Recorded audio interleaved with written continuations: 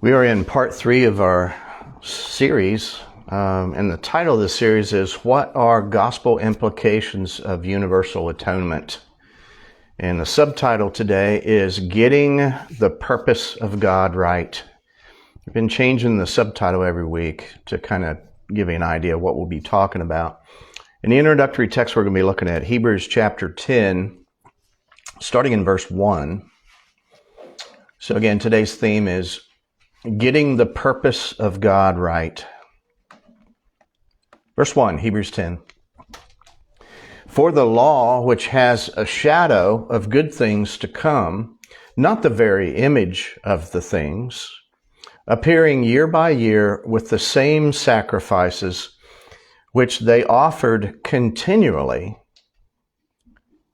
they are never able to perfect those drawing near, referring to people, those people drawing near. Verse 2, for then they would not have ceased to be offered, because the worshipers, when they had been once and for all purged, would have had no more conscience of sin. But in those sacrifices, there is a remembrance again of sins every year. For or because it is not possible that the blood of bulls and of goats should take away sins. Therefore, when he comes into the world, he says, sacrifice and offering you did not desire, but you have prepared a body for me. Now, without stopping and re-preaching all of 1st, 2nd, and 3rd John, the issue there was some of these people that apostatized left said that Christ didn't have to have a body. Here he's talking about a body. And his body was going to be the sacrifice. He was going to be the sacrifice using his body. And it's up against all these bodies of these bulls and goats and all these other type of animals. And he's saying, these sacrifices, you're wasting your time. They never did take away sin in the first place. And but I'm the sacrifice, and I'm the offering, and I'm coming, and a body's been prepared for me. Verse 6, in burnt offerings and sacrifices for sin, you have had no pleasure. Well, yeah, I wonder why, because they didn't work. All they were doing was showing the one to come, Christ, the Lamb, yet future, when they were doing these sacrifices. So it was just a type, picture, and shadow. It wasn't the substance, wasn't Christ. And so he says, verse 7, then I said, lo, I come in the volume of the book. It is written of me to do your will, O God. All right, before we go any further, I just want us to get in the mindset now of the subtitle, Getting the Purpose of God Right. This has to do with the will of God, right? That's why we came here, talking about his will or purpose. Now notice it goes on to say above, when he said, sacrifice and offering and burnt offerings and offering for sin you did not desire, neither did you have pleasure in them, which were offered according to the law. Then he said, lo, I come to do your will, O God. He takes away the first so that he may establish the second. So the first, obviously being the old covenant, and he's going to establish the second, the new covenant, by his blood. But if you look at the systems, and you look at the bodies, you look at the ones that are being the sacrifice, he said the animal sacrifice, they never took away sin in the first place. And I'm going to come and take care of it once and for all time.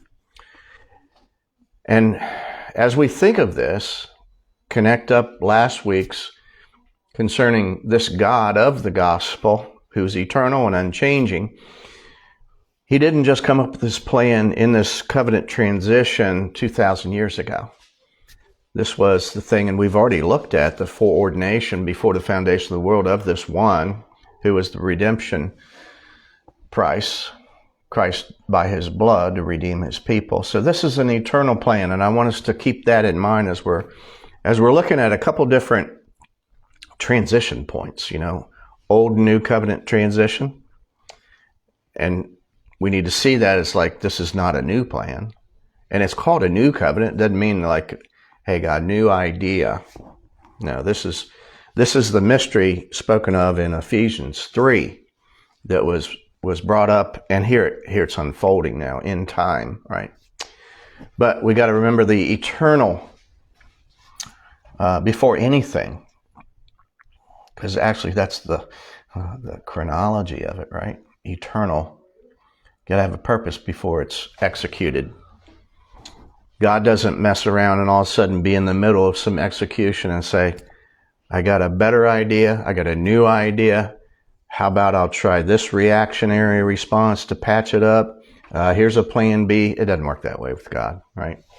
You'll be able to see with this language here. Verse 10, notice here, by this will. What will? Go back, look at verse 9. Then he said, Lo, I come to do your will, O God. He takes away the first so that he may establish the second. By this will that was just mentioned. Like he's going to come and fulfill all those types, pictures, and shadows because he's the substance. His work and his blood is the only thing that can ever put away sin in the first place. This is the will of God. This is not new, in other words.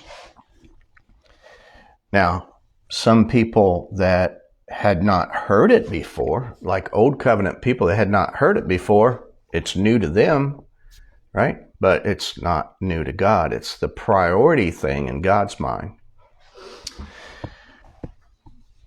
By this will we are sanctified. The word sanctified means set apart, right? Made holy, consecrated.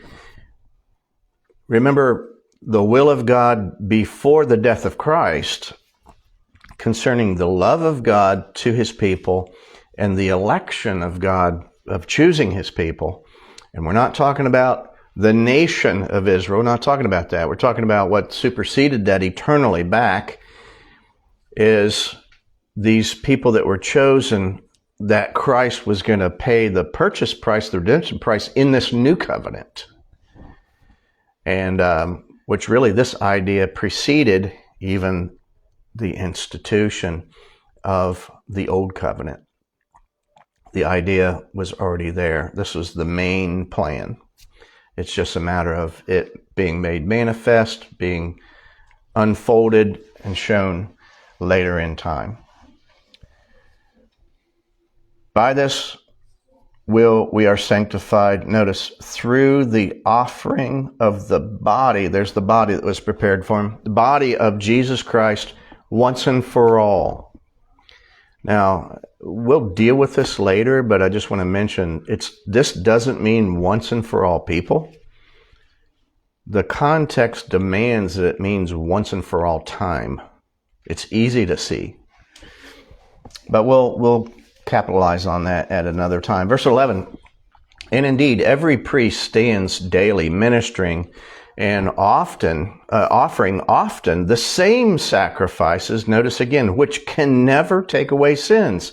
Talking about slinging these animals around and their blood, it's not getting it.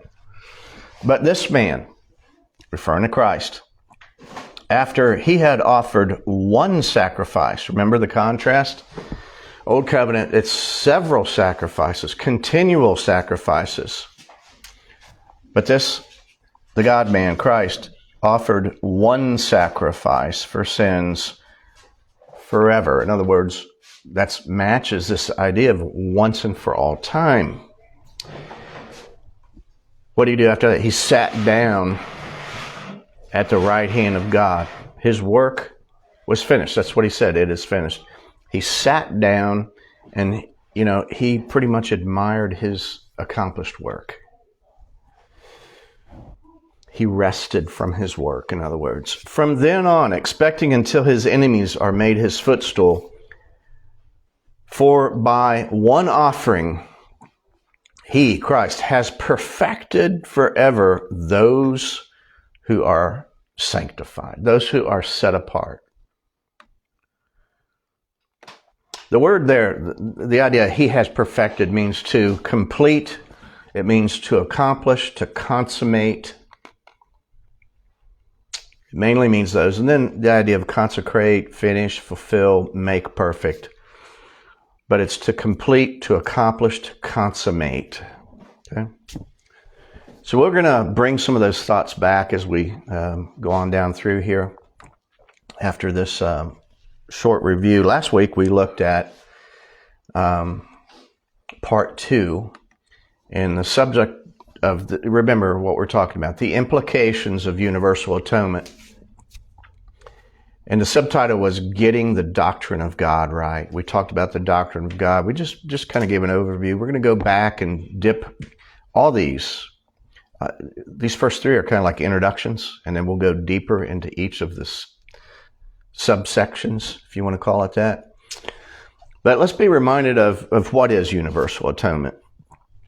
Universal atonement is the most popular idea that's out there in religion, and it's the sort of like the default position that the vast majority of those that call themselves Christian hold to, where they say that this person Christ, that he came into the world and he came to die for every single person that has ever been born or ever will be born.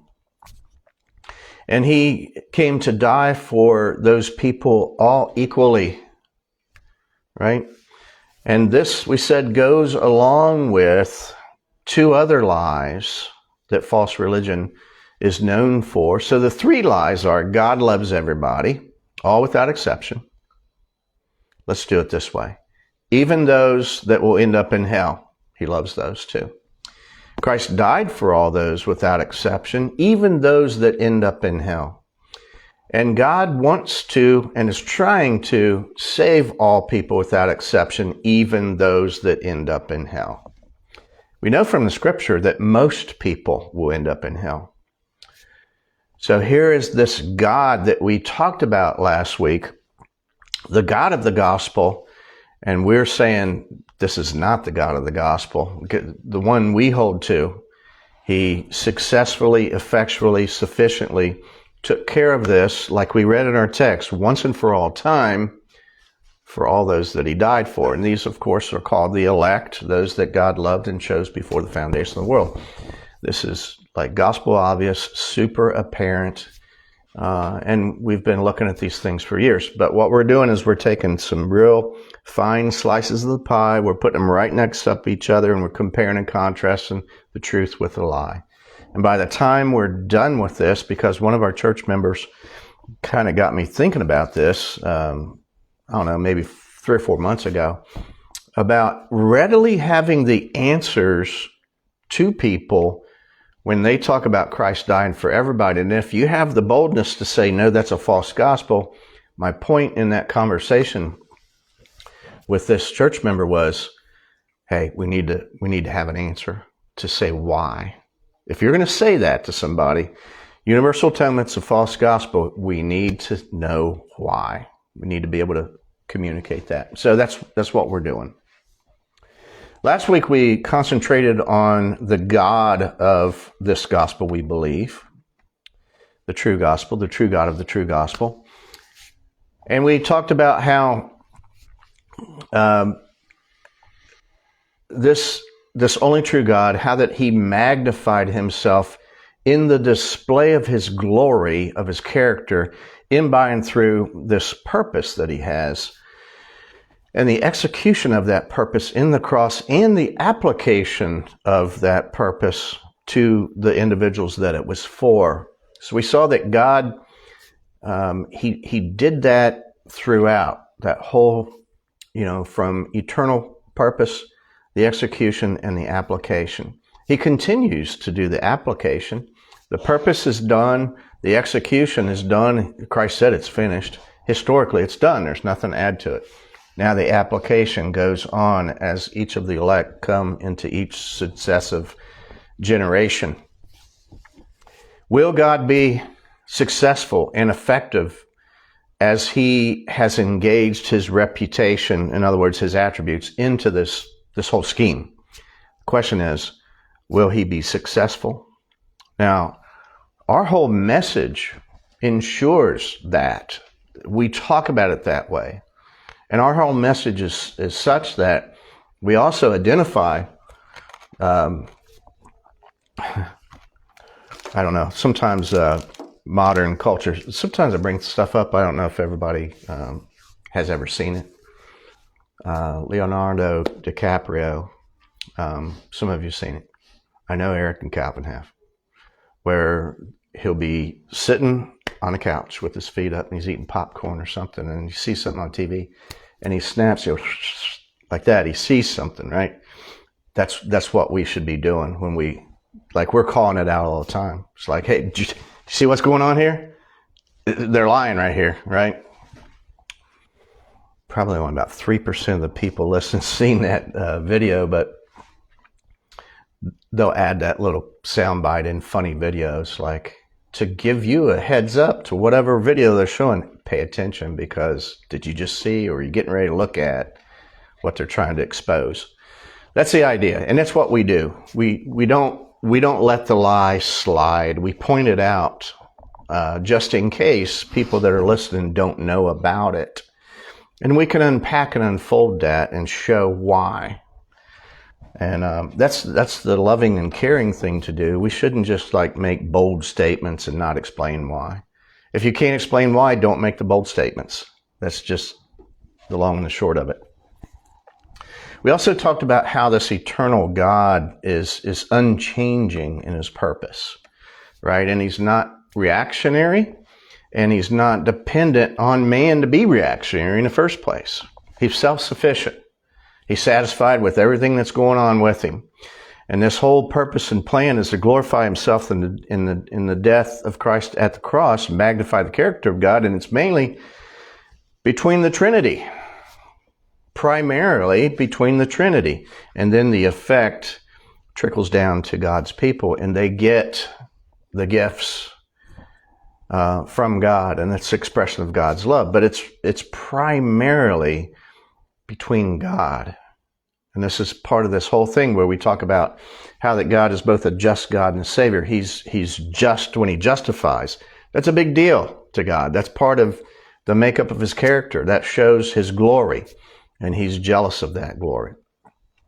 There's no other religion that teaches that the remedy for whatever evil, there's no other religion that shows a God that can fix the problem in a just, faithful, and righteous way. No other religion at all. So that's why I am at least, sensitive to the degradation or the violation of those triggers that would go into crossing the line and say, nope, you've just violated the character of God by your scheme of your so-called gospel that doesn't match to God's word. And we talked about how that God says the way that it goes. It's his word, his gospel. He's the God of it. And there's warnings about how that we twist or pervert the gospel. And those warnings, it's damnation is what it is. So this is what he did to remain faithful to himself instead of some root of a part of a remedy that would invest in some performance of the sinner.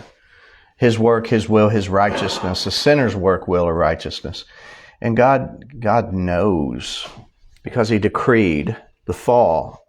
You think God didn't know the effects of the fall? He's the one in control of that. Charles just read Psalm 14 and Psalm, what was the other, 50? Yeah, which is a reflection or a precursor to Romans 3, the four nuns there, right? And it's a pretty good picture of total depravity there. God did this on purpose. He did 3 messages. I don't know if anybody remembers. It's called The Sovereignty of God in Total Depravity. And this is the way that it was set up. So man doesn't have the ability to perform through his will, through his righteousness, or his work. He has none of that can satisfy God. So last week also, finally, we looked at in 1 Peter 1, the death of Christ was foreordained before time, but revealed in time for his people to understand and believe. So we looked at that, the foreordination before time of the death of Christ. So far, here's what we've looked at. We're talking about this eternal purpose of God today. So the first week it was getting the gospel right, getting the doctrine of God right, and today it's getting the purpose of God right. So again, we'll go back and we'll go deeper into those things as the weeks come. Now, I use the word purpose. So you can think of other words. We already looked at the text. The will of God. So you got purpose, you got will. There's some other like extra biblical words or ideas. Sometimes we'll throw them out there. It's going in the same direction, like his plan, his decree, his foreordination, his counsel, his pleasure, his predestination, and control. Basically, what it wants to see in everyday language is what's God's intentions here? What's he intend to do? What does he want to do? He says it all over the place. So that's what we're looking at today. So there's a few things. There's prophecy and promise, for example. Old Testament, there are all kind of prophecies about what's going to happen. And there's promises connected to that. There's promises in the covenant before time that was between the Trinity about how salvation was going to go down, right? We talked about some of that last week. So we have the idea of the eternal purpose of God to send Christ to come to die, right? As time goes on, he does come down to earth. We see that he's born and he escapes death. They try to kill him after he's born. And then as he's going through his ministry there, he escapes death several times. You read stuff like they picked up stones to stone him, right? But he slipped through the crowd because his hour's not yet come. There's an obvious conspiracy to have him killed. And we're going to look at those texts in Acts chapter 2 and Acts chapter 4 and some other places. We have explicit statements where he says, I got the power to lay my life down. I got the power to take it back up again. We see the conversation with Pilate where Pilate's like, don't you understand? I got the power to, have you killed. And Christ said, no, you don't. You don't have any power unless it was given to you of my Father. And then we see at the end when he says it's finished, he says, and this is the laying down the life part. He says to the Father, in your hands I commend my spirit. And he gave up, he died. He gave up the ghost. So these three here, it's more than 3 verses. Back in Hebrews, by this will, verse 10, by this will we are sanctified. So really, this death, we talked about the Trinitarian plan. We got the eternal sanctification, the setting apart by the Father in love and election, the execution of the plan by Christ, and the application through the Spirit. It's not just the Spirit. There's also part of the Trinity is involved in the application also. But think of this idea first of setting apart for this to happen to these people. We did a message, it's in my sanctification playlist. It was kind of a teaser because a lot of people accuse somebody like myself who believes in justification in the life of the believer, like in Isaiah 53, where it says, talks about by his knowledge, something about justification, your servant shall justify by his knowledge. And a lot of people think, well, Scott, you probably think that means like the knowledge you have of Christ is what justifies you, right? Because they're always trying to pin conditions on me and our view of timing. But the idea there, I want to bring your mind to this idea of this text. By his knowledge, the idea is Christ engaged himself in this work, and he knew what to do, and he knew how to do it, and he knew who he was doing it for. This takes in the whole purpose, execution, and application. And Isaiah 53 talks about it all.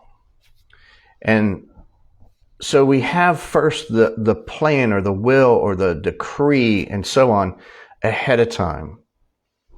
Are there any holes in that? You know, if there were, we'd have to ask, are there any holes in the God of the gospel? If there's no problem with the doctrine of God, if he's all wise, if he's all knowing, if he is all powerful, if he is sovereign, if he's unchangeable and eternal and all, if he's all these things, how can the plan go wrong? It can't, right? So we get the doctrine of God right, and we look at the purpose of God. And a lot of times dealing with people, it's just communicating what that purpose is, because we're combating this wrong idea that God sent Christ to die for all without exception. See, so we're stating the purpose is he came to die for the elect alone, and those people will be saved. So if he came to die for all universally, and he loved everybody universally, and he wants to save everybody universally, it's a threefold fail. It's strike three, you're out. False God. So this idea of the will of God is pretty important. But there's a competitive idea, right? Everybody that comes, it's a default position, again, and it's part of what man thinks he is in and of himself, with some form of merit or credit or boasting with his own will. That's the idea. They're will worshipers. Man is naturally a will worshiper. And we see the effects of the fall. You can't do it. Your will is in bondage to your fallen nature when you come into the world. Your will, in that sense, in other words, is not free. You have a will, yes, but it's in bondage to your fallen nature. It's broke, right? People need to be given that information. Most people have never even heard of that. Now you bring that information to them. That might be part of the means to convert the soul, for them to believe the gospel.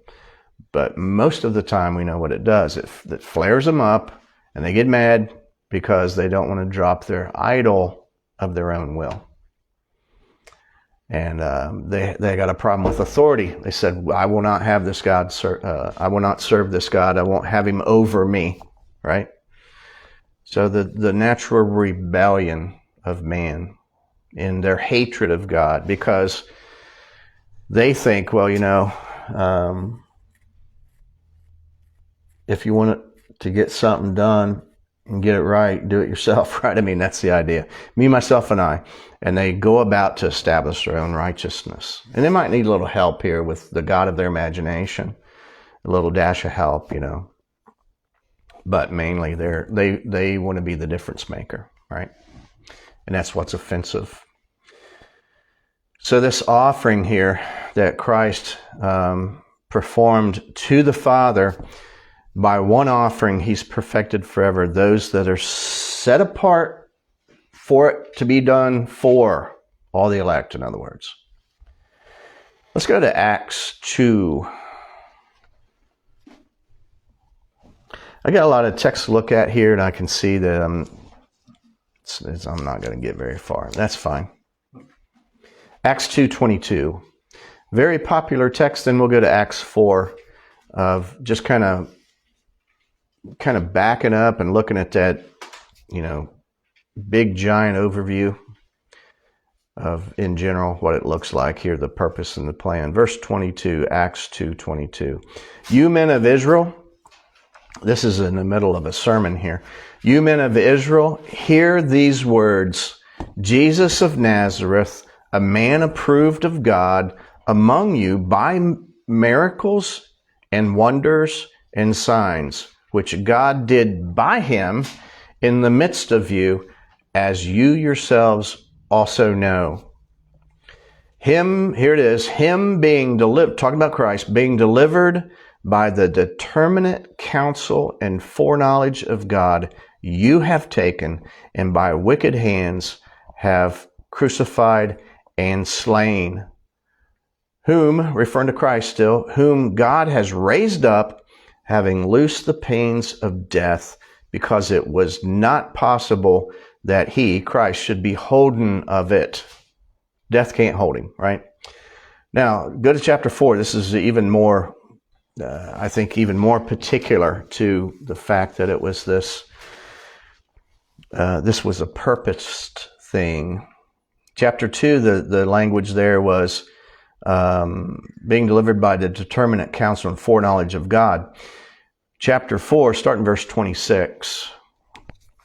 The kings of the earth stood up, and the rulers gathered together against the Lord and against his Christ, for a truth against your holy child, whom you have anointed, both Herod, Pontius Pilate, with the Gentiles, and the people of Israel were gathered together, here's the verse 28, for to do whatsoever your hand and your counsel determined before to be done.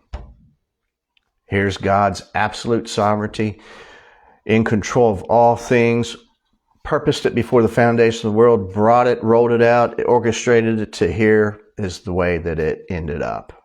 Perfect execution of the eternal plan of the death of Christ. And there's all kinds of other things that were orchestrated, connected to his death, right? Christ must die, therefore Adam must fall. There's one, right? You got to have the fall of Adam. There's so many things that have to take place. Everything has to take place, and God has planned everything. Now, there's a bunch of verses here that are just one-liners. I can give you the reference. You don't have to turn there. There'll be some I'll ask you to turn to that have more than one verse combined. But I want to just run through, and this is just in John, this phrase about my hour is not yet come. Okay?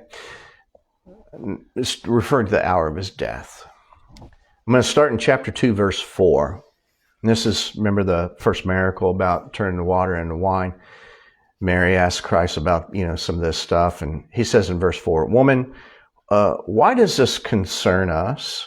My hour has not yet come. Right? So, of course, he's referring to the hour of his crucifixion. Why he came, right? Chapter 7 and verse 30. No one laid a hand on him because his hour was not yet come. Chapter 8, verse 20. Yet no one seized him because his hour had not yet come. Now, as you get, this is chapter 12 coming up here, he's starting to talk about this is getting ready to happen pretty soon. He says in 12:23, the hour has come for the Son of Man to be glorified. One chapter later, 13:1, Jesus knew that his hour had come to leave this world and to go to the Father.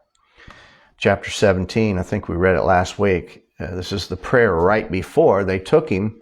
Verse 1, when Jesus had spoken these words, he lifted up his eyes unto heaven. He said, Father, the hour has come. Glorify your Son, so that your Son may glorify you. So, we know about the fullness of time, it says in Galatians, where he was born of a woman, born under the law. And so this is why the earth was born, so that he could be born to do this. And then his 33 years, and then it's coming right down to the wire here at the end. It's why he came to die. And it slipped away all these other times, but now the hour's come. It's time. It was the Thursday night live stream and talked about Judas and his betrayal, dipping the sop and all that. And Christ said, go ahead and do what you're going to do. You know, he was part of the means. And I think I have a text here too that talks about that. But all these things were in place, and God controlled everything providentially.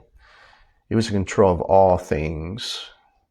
And all these things were part of the means to get him to the cross and have this display of activity between the Father and Son. Let's go to Matthew chapter 2. Just kind of go over this real quick, where they tried to kill him as a baby. Matthew 2 and verse 1.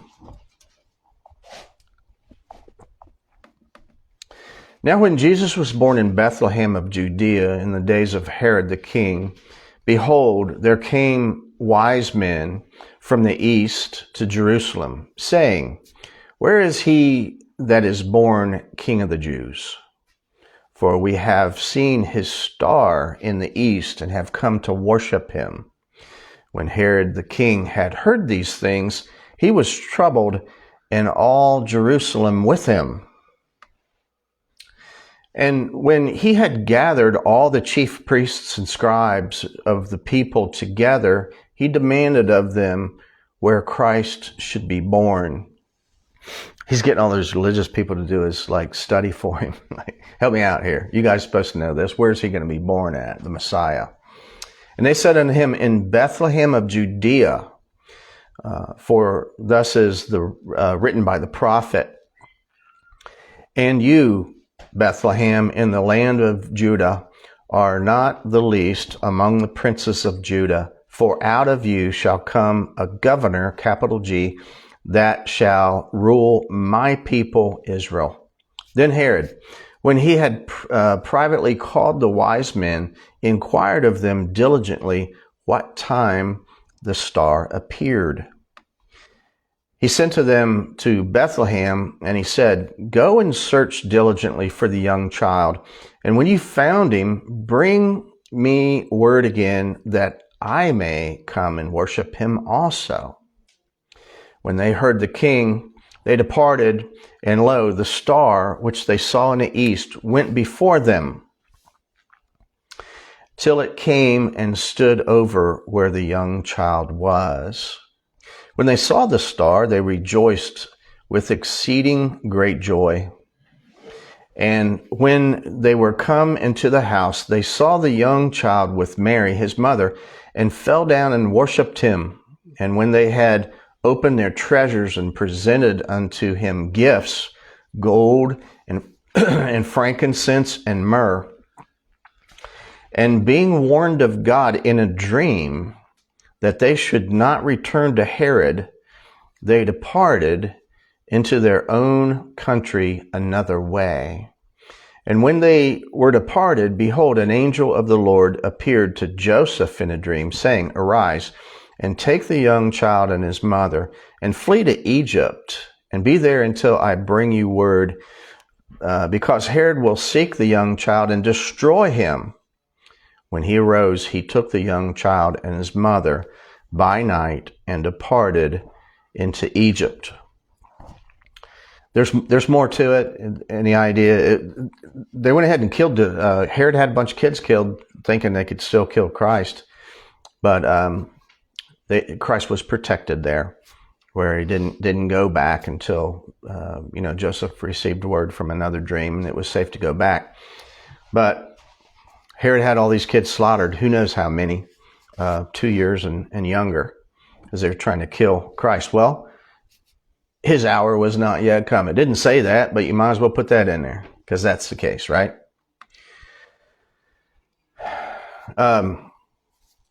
Go to Matthew 26 while I read this one out of Matthew 12:14.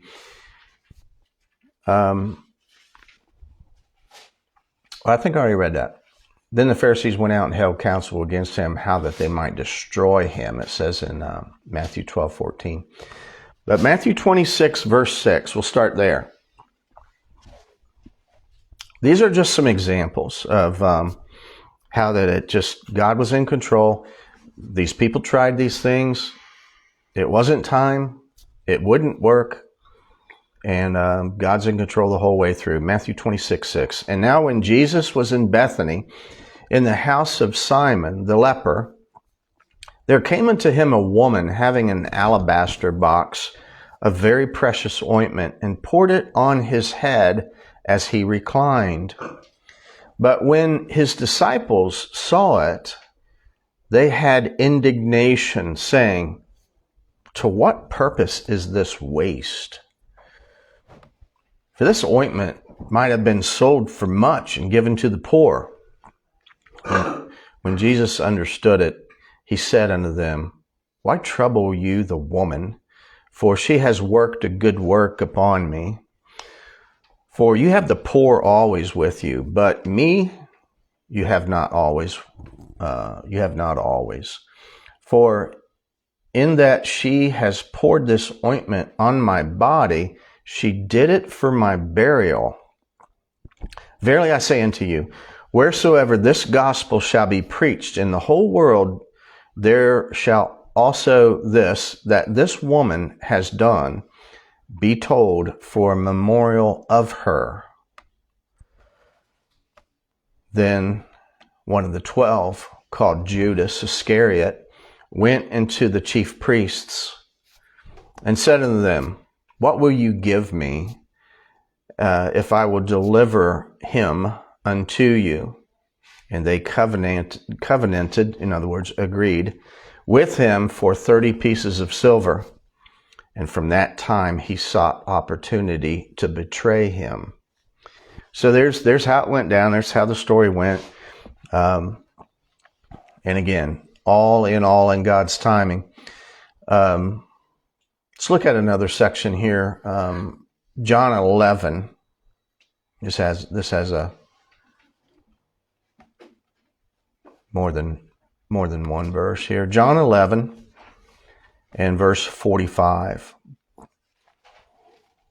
Just want to kind of see the kind of the narrative here, how these people are talking back and forth and scheming about if we do this, this might happen. If we do this, this other might happen. But of course, we know God is in control of everything. Verse 45. Then many of the Jews who came to Mary and had seen the things which Jesus did believed on him. But some of them went to the Pharisees and told them what Jesus had done. Then the chief priests and Pharisees gathered a Sanhedrin and said, what can we do? Because this man does many miracles. If we let him alone this way, all will believe on him, and the Romans will come and take away both our place and nation.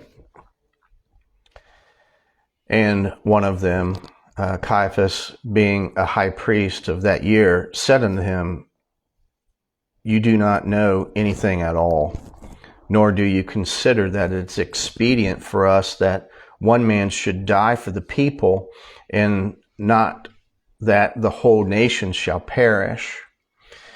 And he did not speak this of himself, but being a high priest that year, he prophesied that Jesus should die for the nation, and not for the nation only, but also that he should gather together in one the children of God who are scattered abroad. Then from that day they took counsel together that they might kill him. Therefore Jesus walked no more openly among the Jews, but he went away from there to a country near the wilderness, into a city called Ephraim, and continued there with his disciples. And the Jews' Passover was near, and many went out to the country up to Jerusalem before the Passover in order to purify themselves. Then they sought Jesus and spoke with one another as they stood in the temple. What does it seem to you, and that he will not at all come to the feast? And all the chief priests and Pharisees had given commands that if anyone knew where Jesus was, he should make it known so that they might seize him. There again, scheming, just continually scheme to try to, I mean, he upset their apple cart. He's cutting into their business, their religion, right? And these scribes and Pharisees and so on, they're like, you know, they got to get their marketing business plan get going because they're getting some fame stolen away. Because this one, remember what they said about him? He spoke with authority, not as the scribes. Remember Matthew 7:29? So there we have the scheming. Now, I'm going to stop there. Next week, I'm going to look at general ideas using some text through mainly the New Testament, general ideas that explicitly say why this Christ came. And we're going to tie that to the will of God, the purpose of God, the plan of God, the decree, the will, the counsel, his pleasure, and so on. And we'll maybe kind of show the contrast of if he came for all without exception, some of these verses, they can't make sense at all. Any comments or questions?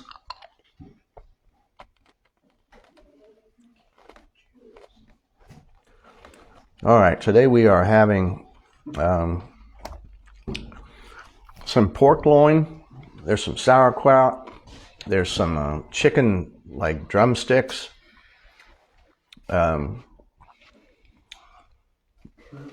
Shrimp. Okay. All right. Next week, Jason Booth, November 2nd.